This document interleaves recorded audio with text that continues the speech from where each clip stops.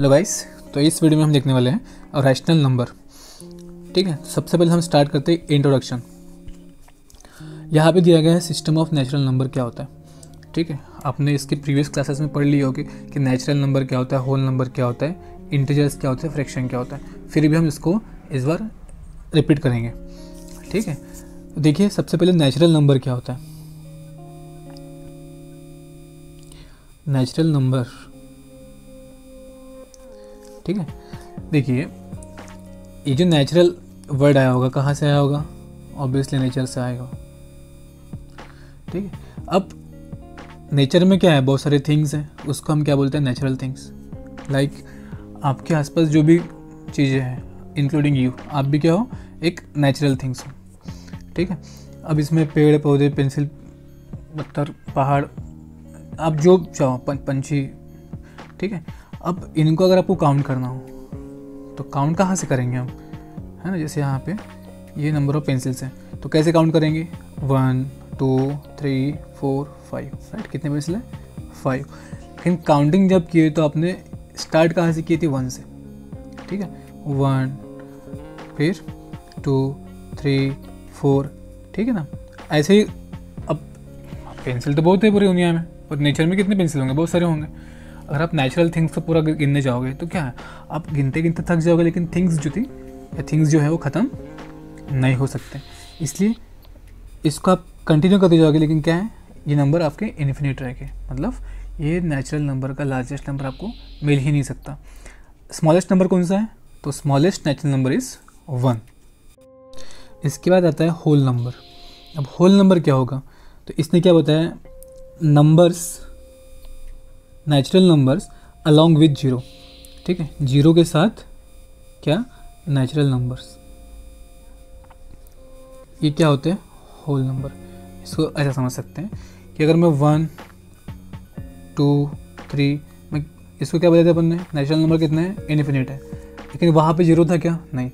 लेकिन अगर 0 यहाँ पे लगा दिए हमने, तो ये जो कॉम्बिनेशन है, इस नंबर ऑफ कॉम्बिनेशन को बोलते हैं हम होल नंबर।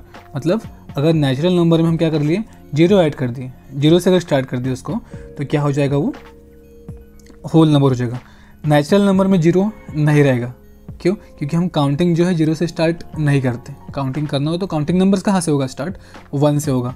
ठीक है, नेचुरल नंबर को भी हम क्या बोल सकते हैं, काउंटिंग नंबर भी बोल सकते हैं।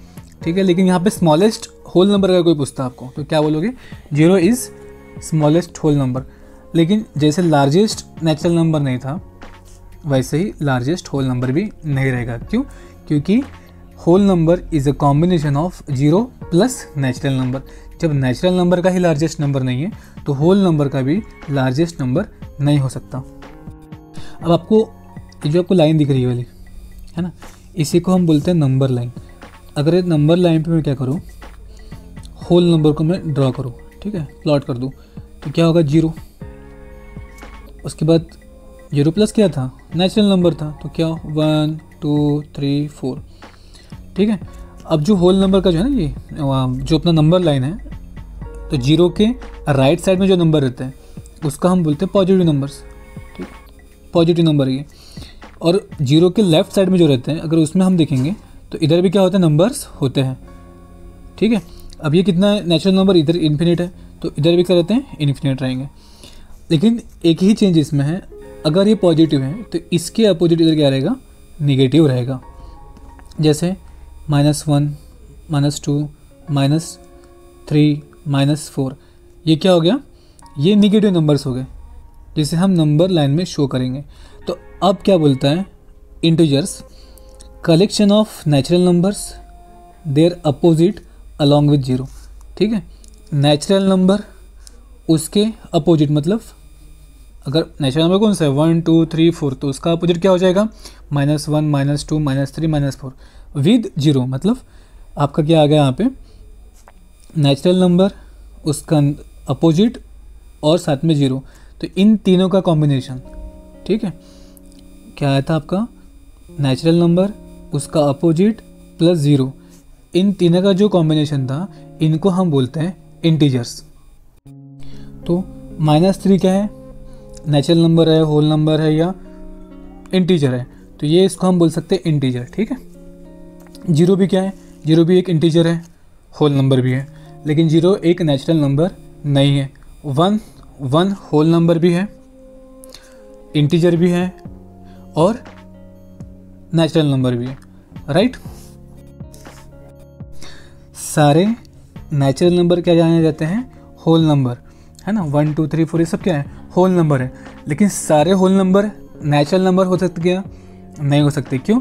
क्योंकि होल नंबर में जीरो भी आता है, तो zero is not a natural number. ये स्टेटमेंट आप ध्यान रखना। अब आता है फ्रैक्शन। फ्रैक्शन क्या होता है, ठीक है। जैसे आप एक पिज़्ज़ा ले लिए, ठीक है, पिज़्ज़ा का 4 पार्ट कर लिए, तो ये सब क्या है, ये उसका एक फ्रैक्शन हो गया, ये एक उसका एक फ्रैक्शन हो गया, ये इसका फ्रैक्शन हो गया और इसका फ्रैक्शन हो गया, राइट। मतलब पार्ट। अब फ्रैक्शन में भी हम इसको शो कर सकते हैं, राइट। अब यहाँ पे देखिए नंबर लाइन में 0 से लेके 1 के बीच में, ठीक है, यहाँ पे 0 है, इधर 1 है, इसको 4 पार्ट में डिवाइड किया गया है। कैसा? अब कितने हिस्से हैं यहाँ पे, 1 2 3 4 हिस्से हो गए, तो 1/4 मतलब 4 हिस्सों का एक हिस्सा, ठीक है, 1/4, इसको बोलेंगे हम 1/4। यहाँ तक कितना हो जाएगा फिर ये 2/4। क्यों? टोटल कितने थे पार्ट यहाँ पे, 4, 1 2 3 4, 4 पार्ट थे टोटल। उसमें से हम कितने पार्ट की बात कर रहे हैं यहाँ पे फिलहाल, 2 पार्ट की, इसलिए यहाँ पे क्या लिखा गया है, 2/4। अब यहाँ कितना आ जाएगा, 3, तो ये क्या हो गया, 3/4, राइट। तो ये जो 1/4 2/4 3/4 थे, ये क्या है, इस रेशियो को हम बोलते हैं फ्रैक्शन, है ना। फ्रैक्शन की आप डेफिनेशन देखोगे तो उसमें क्या दिया है, fraction is the ratio of 2 natural numbers.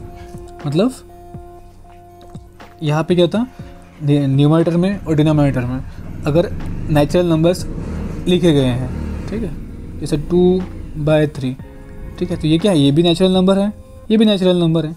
अब इसका जो रेशियो है, उस रेशियो को हम बोलते हैं फ्रैक्शन, ठीक है ना। जैसे अब न्यूमरेटर में देख लीजिए, आप कोई भी नेचुरल नंबर लिखिए, जैसे 5 लिख दिए, डिनोमिनेटर में भी सेम कोई भी आप नेचुरल नंबर लिख दीजिए, मैं इसमें 8 लिख दिया, तो ये क्या हो गया, फ्रैक्शन हो गया। 2 नेचुरल नंबर्स, यहाँ पर नेचुरल नंबर की बात किया गया है, ऊपर क्या है न्यूमरेटर, नीचे क्या होता है डिनोमिनेटर, तो ये क्या हो गया, ये भी आपका क्या हो गया, फ्रैक्शन हो गया। अब नेक्स्ट टॉपिक में देखिए यहाँ पे प्रॉपर्टीज़ ऑफ फ्रैक्शन। मतलब कोई भी अगर फ्रैक्शन हो, अभी देखा ना आपने कि ऐसा कोई भी रेशियो ऑफ नेचुरल नंबर है ना, कोई भी रेशियो ऑफ नेचुरल नंबर, जैसे 7/8, ये क्या है, यहाँ पे 7 भी एक नेचुरल नंबर है, 8 भी एक नेचुरल नंबर है, और तो ये क्या हो गया, फ्रैक्शन हो गया, राइट। तो अब इनकी प्रॉपर्टीज़ हमें देखना है। तो प्रॉपर्टीज़ में क्या बोल रहा है कि कोई भी एक फ्रैक्शन हो, ठीक है, जो P/Q के फॉर्म में लिखा हो, ठीक है। P/Q मतलब P मतलब एक क्या है, नेचुरल नंबर है, राइट। या कोई भी एक नंबर हो जो जो रेशियो दिया गया P/Q के फॉर्म में। अब उस फ्रैक्शन को क्या कर रहे हैं हम, सिमिलर नंबर से मल्टीप्लाई करते हैं। अगर P को हम एक सिमिलर नंबर, कौन सा, M को हम मान लिए नेचुरल नंबर, ठीक है, यहाँ पे M क्या रहेगा, नेचुरल नंबर।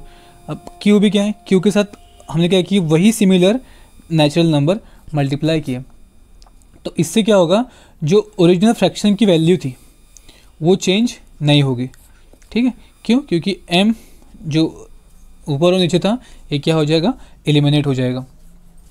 इसका मतलब ऐसा है कि अगर हम किसी फ्रैक्शन को सिमिलर नेचुरल नंबर से न्यूमरेटर में और डिनोमिनेटर में मल्टीप्लाई करते हैं तो फ्रैक्शन की वैल्यू चेंज नहीं होगी। और ऐसे ही सेम सिमिलरली अगर किसी भी फ्रैक्शन जो P/Q के फॉर्म में लिखा है और उसको आइडेंटिकल मतलब सेम ही नेचुरल नंबर से क्या किया जाए, डिवाइड किया जाए, तब क्या होगा, कॉमन डिवाइजर अगर हो तब क्या हो सकता है। तो P को हमने डिवाइड क्या कर दिया, इसको कर दिए डिवाइड M से, और Q को डिवाइड कर दिए हमने M से। फिर भी क्या होगा, इस भी केस में जो p बाई क्यू की वैल्यू थी वो p बाई क्यू ही रहेगी। क्यों? क्योंकि यहाँ पे भी m जो ऊपर नीचे था वो क्या हो जाएगा, कैंसिल आउट हो जाएगा। तो दोनों प्रॉपर्टीज हमें क्या समझता है कि किसी भी फ्रैक्शन को हम अगर न्यूमरेटर में और डिनोमिनेटर में सेम ही नंबर से, मतलब अगर कॉमन डिवाइज़र हो या फिर उसके पहले जो था अगर सेम हम क्या करें उसको मल्टीप्लाई किए, कॉमन नंबर से ही मल्टीप्लाई कर दे दोनों तरफ, तो क्या हो सकता है, वो जो फ्रैक्शन है उस फ्रैक्शन की वैल्यू चेंज नहीं होती। अब जो नेक्स्ट प्रॉपर्टी है वो देखते हैं कि जब p बाई क्यू एक फ्रैक्शन है और r बाय s एक फ्रैक्शन है तो इसको हम इक्विवेलेंट कब बोलेंगे, है ना। तो इसके लिए क्या था, इन केस अगर कोई दो फ्रैक्शन है ना, ये p बाई क्यू एक फ्रैक्शन हो गया और r बाय s एक फ्रैक्शन हो गया, तो ये कब रहेगा इक्विवेलेंट। इक्विवेलेंट यहाँ पे देखिए, इक्वी का मतलब इक्वल, ठीक है। इक्वल कब रहेगा, जब इसका इसके साथ क्रॉस मल्टीप्लिकेशन है ना, तो p इंटू s और यहाँ पे q इंटू r, अगर इनके मल्टीप्लिकेशन, दोनों के मल्टीप्लिकेशन क्या हो, इक्वल होते हैं, तब वो जो फ्रैक्शन है वो क्या कहते हैं, हम उसको इक्विवेलेंट फ्रैक्शन कहते हैं। क्या समझा कि अगर p बाई क्यू एक फ्रैक्शन है, r बाय s एक फ्रैक्शन है, ये इक्विवेलेंट कब रहेगा, जब उसको हम क्रॉस मल्टीप्लाई किए और उसका जो प्रोडक्ट है ना, उसका जो आंसर था प्रोडक्ट, वो क्या हो, इक्वल हो दोनों के, ठीक है, दोनों साइड के, तब क्या होगा, वो दोनों जो फ्रैक्शन है उसे हम इक्विवेलेंट फ्रैक्शन कहेंगे। अब किसी भी फ्रैक्शन को हम p बाई क्यू के फॉर्म में है कब बोल सकते हैं, ठीक है, जब वो फ्रैक्शन उसके सिंपलेस्ट फॉर्म में हो। सिंपलेस्ट फॉर्म मतलब कि ऐसा फ्रैक्शन जिसका फर्दर कोई फैक्टराइजेशन ना हो सके। जैसे यहाँ पे देखिए 1/3, अब इसमें 1 और 3 में कोई कॉमन फैक्टर है क्या, नहीं है। इसका मतलब इसको हम फर्दर सिंप्लीफाई नहीं कर सकते या इस फ्रैक्शन को हम फर्दर लोअर नहीं कर सकते। तो किसी भी फ्रैक्शन का लोवेस्ट फॉर्म है ना, लोवेस्ट या इसको हम बोलते हैं सिंपलेस्ट फॉर्म, कौन सा होता है, जब किसी फ्रैक्शन को हम इतना डिवाइड कर लें कि उसके बाद उसका कोई फर्दर फैक्टराइजेशन हो ना सके। और वो फैक्टर क्या होना चाहिए, अगर हो भी तो वो बस क्या हो सकता है, 1 हो सकता है। 1 के सिवा कोई दूसरा अगर फैक्टर हो कॉमन, तो वो वाला फ्रैक्शन अगर p बाई क्यू में फॉर्म में हम उसको नहीं बोल सकते। अब इसका एग्जांपल कैसे, जैसे मैंने बताया 1/3, अब 1 और 3 के बीच में कोई भी कॉमन फैक्टर दिख रहा है क्या, अदर देन 1 नहीं है, तो ये क्या हो गया, सिंपलेस्ट फॉर्म, या इसी को हम लोवेस्ट फॉर्म भी बोल सकते हैं, ठीक है। लेकिन अगर उसी जगह मैं एक एग्जांपल दूँ 2/6, तो 2/6 ये लोवेस्ट फॉर्म है क्या किसी फ्रैक्शन का, नहीं। क्यों, क्योंकि 2 और 6 क्या है, इसमें कॉमन फैक्टर बन सकता है। कैसे काट सकते हैं इसको, हम कैसे सिंप्लीफाई कर सकते हैं, तो 2 1 ज़ा 2 और 2 3 ज़ा 6, मतलब फर्दर इसका क्या हो जाएगा, 1/3 ही बनेगा। तो इसको फिर से हम कर सकते हैं सिंप्लीफाई, नहीं, तो क्या होगा, 2/6 का सिंपलेस्ट फॉर्म क्या हो जाएगा, 1/3, ठीक है। और इसका हम एग्जाम्पल ले सकते हैं, जैसे 7/49,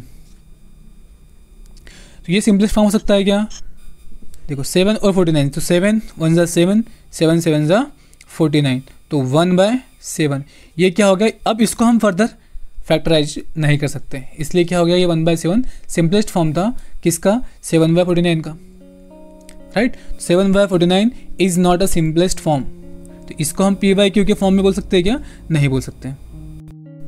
अब किन्हीं दो फ्रैक्शन को अगर हमें कंपेयर करना है, कंपेयर कैसे कर सकते हैं, कोई फ्रैक्शन उससे छोटा है, उससे बड़ा है, या इक्वल टू है, ठीक है ना, ये तो आएगा कंपेरिजन में। अब ये कैसे कर सकते हैं, अगर दो फ्रैक्शन है, यहाँ पे a बाई बी है और यहाँ पे c बाई डी है, फिर कैसा कर सकते हैं कि a बाई बी और c बाई डी, इन दोनों फ्रैक्शन में से कौन सा फ्रैक्शन छोटा या बड़ा है। अगर इस फ्रैक्शन को हमें कंपेयर करना है तो कैसा करेंगे, वही क्रॉस मल्टीप्लिकेशन करना है, और जिस साइड का आपका प्रोडक्ट बड़ा रहेगा वो फ्रैक्शन बड़ा। जैसे इसका एग्जांपल लेते हैं हम कि 2/3 और 1/7, इसमें कौन सा फ्रैक्शन या इन दो फ्रैक्शन को हमें क्या करना है, कंपेयर करना है। तो कैसे करेंगे, क्रॉस मल्टीप्लिकेशन, ठीक है। कैसे, तो इस साइड में क्या आ जाएगा 2/7, ठीक है। जो अपर साइड में उसको देखिए 2 × 7 और इधर क्या आएगा 1 × 3। इसमें देखिए आंसर क्या आ जाएगा 7 2 ज़ा 14 और यहाँ पे 3। तो इन दोनों केसेस में कौन सा प्रोडक्ट बड़ा है, तो 14 3 से बड़ा होता है। तो इसका मतलब क्या होगा 2/3 जो फ्रैक्शन है वो भी क्या हो जाएगा 1/7 से बड़ा हो गया। तो इस तरह से क्या कर सकते हैं हम, उसका प्रोडक्ट क्रॉस मल्टीप्लाई करके उसका प्रोडक्ट लेके फिर क्या कर सकते हैं, हम उसको कंपेयर कर सकते हैं। इसमें क्या है, दोनों प्रोडक्ट क्या थी, अगर दोनों में प्रोडक्ट करूँ तो दोनों क्या है, इक्वल है। और यहाँ पे P/Q जो है वो ग्रेटर है R/S से। लॉजिक वही है, क्रॉस मल्टीप्लिकेशन करने के बाद जो साइड का प्रोडक्ट बड़ा रहेगा उस साइड का फ्रैक्शन भी ग्रेटर रहेगा। अब यहाँ पे कुछ 6 एग्जांपल्स दिए हैं, जो पहला क्वेश्चन हम कर लेते सॉल्व, ठीक है। क्या था, -212 212 प्लस 384 माइनस इन ब्रैकेट -137, ठीक है। इसका आंसर कैसे होगा, सबसे पहले जो ब्रैकेट है उसको सॉल्व कर देते हैं। जैसे -212 एज इट इज लिखेंगे उसको, प्लस 384 जैसे ही रहेगा, लेकिन यहाँ पे माइनस और इस माइनस के बीच में क्या हो रहा है, इस दोनों के बीच में मल्टीप्लाई हो रहा है, ठीक है। तो ये क्या हो जाएगा, प्लस हो जाएगा, प्लस 137। अब जो ये दोनों है इसको आप पहले ऐड कर दीजिए 212, अब इसमें प्लस करना पड़ेगा 384 प्लस 137, क्या होगा इसका 4 7 11 8 3 11 प्लस 12 1, ये कितना हो जाएगा 5 2 1। अब इसका डिफरेंस निकालना है हमें, तो इसका डिफरेंस क्या आएगा 309। सिंस मैग्नीट्यूड किसका बड़ा है, यहाँ पे प्लस का बड़ा है, यहाँ पे साइन भी क्या आएगा प्लस का साइन नहीं भी दिए तो भी चलेगा। टूट समझो माइनस का बड़ा है तब हमें माइनस की साइन देना कंपलसरी है। अब ऐसे ही अब बाकी की जो प्रॉब्लम दिए हुए हैं 5 उसको भी सॉल्व करो, और कहीं दिक्कत आती है नहीं समझ रहे हैं तो हम उसका एक दूसरा डेडिकेटेड वीडियो बना सकते हैं। अभी तक तुमको पूरी पिक्चर क्लियर हो गई है। अब रैशनल नंबर क्या होता है उसके बारे में देखते हैं। इसमें क्या बोला है, any number which can be expressed in the form of P/Q, मतलब कोई भी नंबर जिसको हम P/Q के फॉर्म में एक्सप्रेस कर सकते हैं। अब यहाँ पे उसने नेचुरल नंबर नहीं बोला या कुछ और नंबर कंपलसरी नहीं बोला, उसने कोई भी नंबर जिसको हम P/Q के फॉर्म में रिप्रेजेंट कर सकते हैं, ठीक है। यहाँ पे P एंड Q क्या है, ये इंटीजर्स है, ठीक है। अब इंटीजर में क्या हो सकता है, नेगेटिव भी हो सकता है, 0 भी हो सकता है, या फिर पॉजिटिव भी हो सकता है। लेकिन इस केस में Q is equal to not 0 है ना, Q is not equal to 0 मतलब डिनोमिनेटर में 0 नहीं होना चाहिए, ठीक है। जैसे 2/0 ये एक रैशनल नंबर नहीं हो सकता, लेकिन 0/2 रैशनल नंबर हो सकता है। क्यों, क्योंकि 0/2 को हमने क्या किया, इसको हम P/Q के फॉर्म में रिप्रेजेंट कर लिए हैं। लेकिन यहाँ पे Q के इक्वल टू 0 भी नहीं है, Q के इक्वल टू कितना है 0 है क्या, नहीं है ना, यहाँ पे 2 है, ठीक है। लेकिन ये जो था ये हमारा रैशनल नंबर नहीं हो सकता। क्यों, क्योंकि डिनोमिनेटर में क्या हो गया, आपका 0 आ गया। तो ऐसा कोई भी नंबर जिसको हम P/Q के फॉर्म में शो कर सकते हैं, P/Q के फॉर्म में शो कर सकते हैं, where Q is not equal to 0, ठीक है। वैसे फ्रैक्शन को या ऐसे नंबर को हम बोल सकते हैं रैशनल नंबर। जैसे अभी -2, ये भी एक रैशनल नंबर हो सकता है। क्यों, क्योंकि -2/1 क्या हो गया, इसको हमने P/Q के फॉर्म में रिप्रेजेंट कर लिए हैं, तो ये भी क्या है, एक रैशनल नंबर हो सकता है। अब यहाँ पे कुछ एग्जाम्पल दिए हैं, ठीक है। इसमें से कौन से रैशनल नंबर है उसको सिलेक्ट करना है, हमें ढूंढना है। देखो इसमें से सारे के सारे रैशनल नंबर है, ठीक है। P/Q के फॉर्म में इसको भी शो किया गया है, इसको भी किया है, ठीक है, सभी में। लेकिन बस यहाँ पे क्या दिया है, साइन का चेंजेस किया है।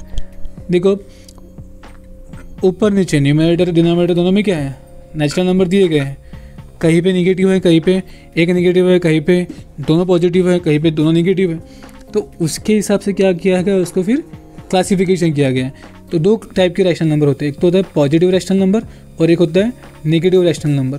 अब पॉजिटिव रैशनल नंबर कैसे, अगर न्यूमरेटर में और डिनोमिनेटर में पॉजिटिव हो तो क्या हो जाएगा, वो पॉजिटिव रैशनल नंबर।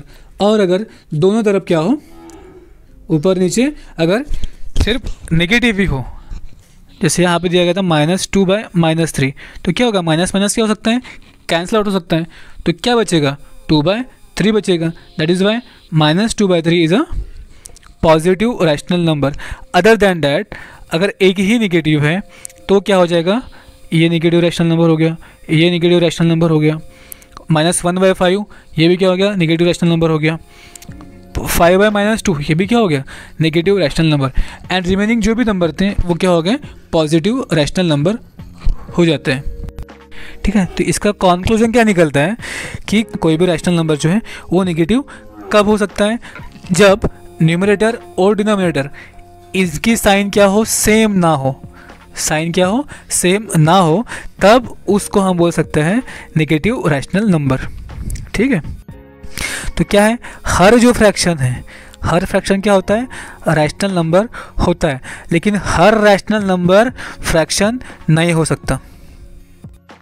क्यों नहीं हो सकता, क्योंकि वो क्या बोल रहा है कि फ्रैक्शन क्या होता है, फ्रैक्शन या तो किसी का पार्ट होगा, किसी होल का क्या होगा, पार्ट होगा, इसलिए फ्रैक्शन क्या रहना चाहिए, हमेशा पॉजिटिव रहना चाहिए।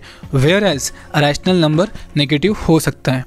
ठीक है, उसके बाद क्या दिया है यहाँ पे कि सारे जो इंटीजर्स हैं, नेगेटिव से लेके 0 से लेके इधर पॉजिटिव तक, ठीक है, ये सब क्या है, ये एक रैशनल नंबर है। क्यों, क्योंकि हम -1 को भी 1 से डिवाइड कर दिए तो क्या हो गया, ये भी p/q के फॉर्म में आ गया।